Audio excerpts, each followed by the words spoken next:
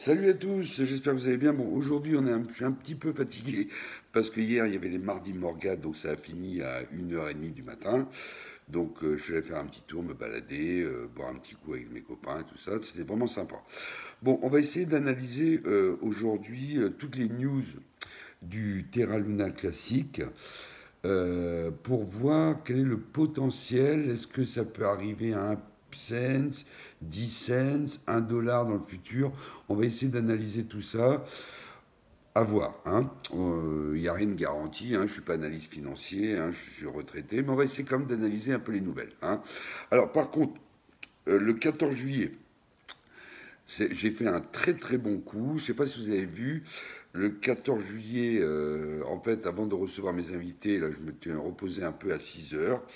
Et on a vu que l'USTC du Terra classique est descendu à 31. Donc, ce que j'ai fait, c'est la première fois que je fais ça, j'ai accumulé 80 000 USTC à 31. Bon, ben, voilà, j'ai accumulé. Donc, après, bon, on a fait notre soirée le 14 juillet, super et tout. On s'est couché tard, on s'est couché à 4 heures du mat. Et quand me suis levé à midi, ça avait fait plus 45. Donc j'ai fait euh, 30 plus 45, j'ai fait 75%. Et ce que j'ai fait, j'ai transformé en US, en BUSD pour pas payer la plus-value et l'impôt à l'État français. Donc j'ai fait une très très jolie somme. Je suis vraiment content. J'ai passé un super 14 juillet. Ah, vraiment, j'étais vraiment content. J'ai pas trop l'habitude de faire ça parce que vous savez que mon portefeuille est souvent, j'ai que un portefeuille à long terme. Je suis un holder à long terme. Mais là, j'ai fait un très bon coup. J'étais vraiment vraiment vraiment content. J'espère que ça se repassera un jour. Hein. Voilà. Bon, on va essayer d'analyser. Bon, alors en news, je ne sais pas si vous savez, ils ont créé un token qui s'appelle Lunatic Token. Hein. Donc vous tapez, je vous mettrai le lien, c'est lunatictoken.com. Hein. En fait, ce token, actuellement, il est en pré-sell. Hein. On peut même l'acheter sur Coinbase Wallet, en fait. Et en fait, ce token va servir à burner du Terra Luna classique. Donc ça, c'est très très important. Donc là, ils sont en pré-vente. Donc il y a une partie qui va être en récompense. Il y a une partie qui va être sur le burn automatique.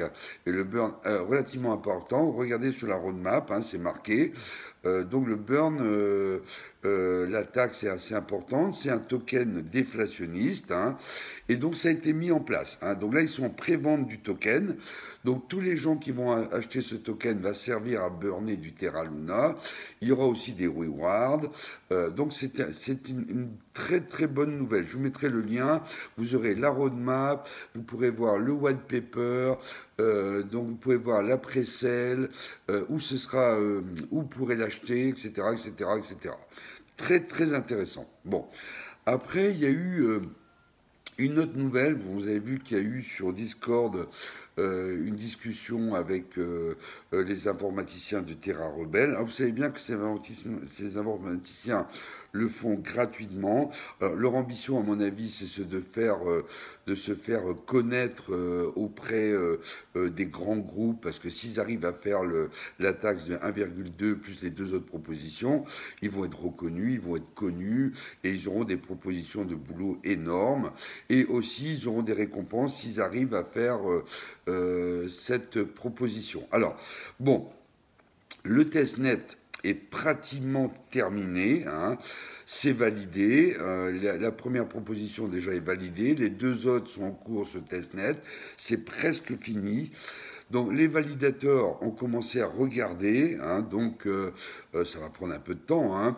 Donc, mais ça va être assez rapide, je pense. Donc quand les validateurs auront accepté cette validation, la proposition de la taxe à 1,2 sera directement intégrée dans la blockchain. Donc c'est ce que CZ leur a dit que tant que c'est pas intégré dans la blockchain, il le fera pas. Alors pourquoi il le fera pas? Parce qu'en fait, les gens, les holders comme vous, hein, vous n'allez pas burner tout seul. Hein. Il dit les mecs ils vont pas burner leur token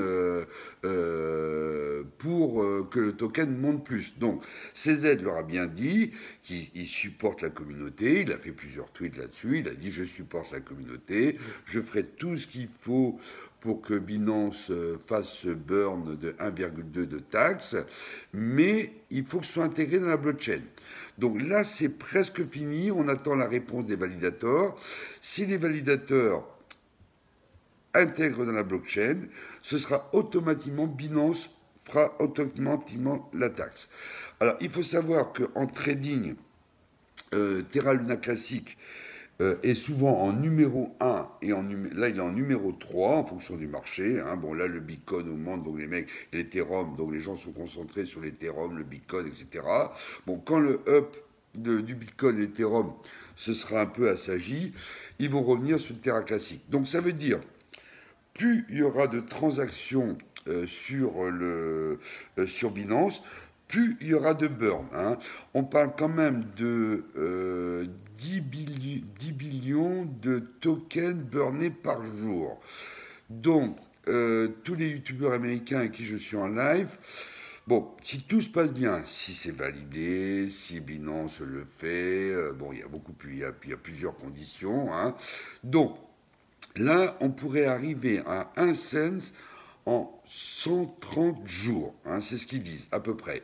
Si le burn se fait. Bon, il y a d'autres plateformes déjà qui l'ont mis en place, hein, sans attendre sur la blockchain. Il y a plusieurs, hein, donc ils ont commencé déjà à le faire. Mais le burn n'est pas énorme, parce que Binance, on sait très bien que Binance, c'est une des plateformes, c'est la plateforme la plus grande, etc., etc. Donc le burn risque d'être très, très violent avec Binance quand ce sera fait. Bon, après, donc la première proposition a été acceptée, les deuxièmes sont en testnet, c'est en cours, on attend la validation, hein, donc ça c'est ok. Hein.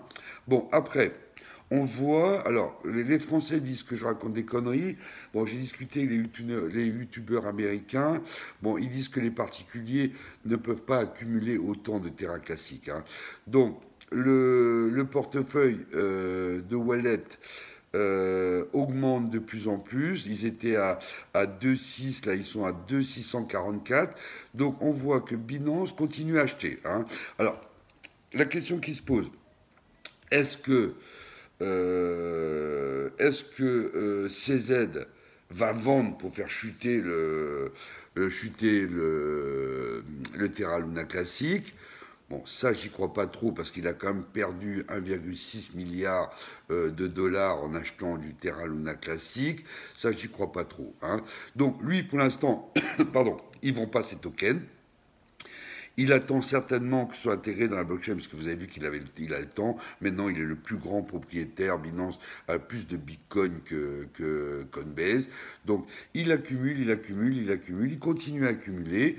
Donc, il y a 6,5 trillions de tokens en circulation.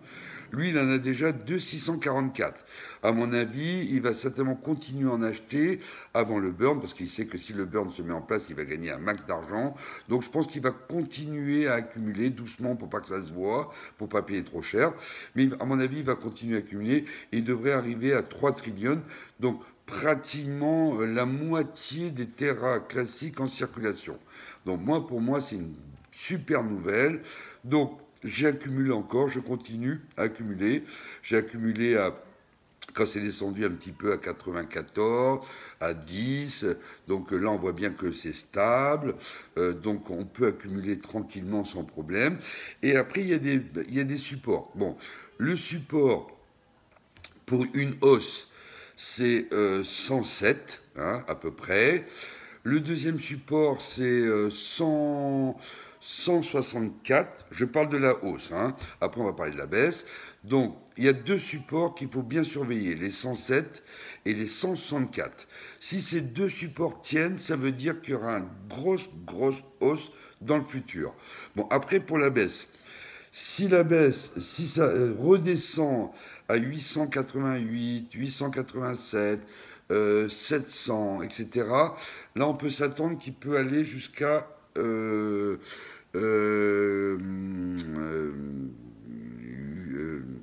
fois 0, 40. Hein.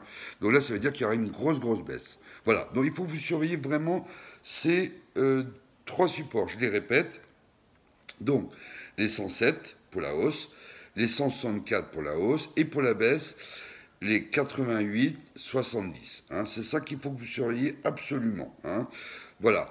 Alors, autrement, bon, donc, si le burn se passe, bon, on voit bien qu'il y a énormément de trades sur le Terra Luna classique.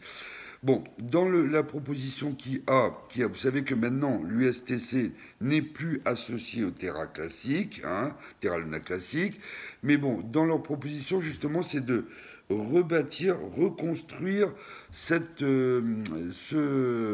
blockchain et que ce soit associé. Donc ça veut dire que si le Terra classique flambe, l'USTC va flamber en même temps. S'il baisse, il va baisser aussi. Hein. Bon, CZ, lui, il continue à accumuler du STC. Là, il doit avoir 10% des tokens. Bon, il a moins du STC que de Terra Luna classique. C'est un peu normal parce que l'USTC, on sait qu'il peut monter au maximum à 1 $.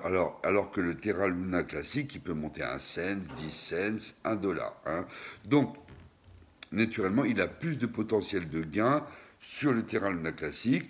On sait bien que l'USTC, c'est un stablecoin. Hein. Alors, les validateurs, eux, ce qu'ils veulent, c'est bien vérifier ces propositions, bien les tester. Pourquoi? Parce qu'ils veulent plus subir une nouvelle attaque comme ils ont eu. Vous avez vu que le Terra Luna classique était à 100 $, il est descendu à 0. Hein. Donc ils veulent plus subir cette baisse. Hein. Voilà. Bon bah écoutez les gars, on verra bien. Hein. On regarde. Hein. N'oubliez pas de souscrire à ma chaîne, de liker, de partager. Hein. Et comme ça, j'aurai de plus en plus de visibilité et vos copains pourront voir aussi mes vidéos. Bon bah écoutez les gars, bye et à bientôt. Bye.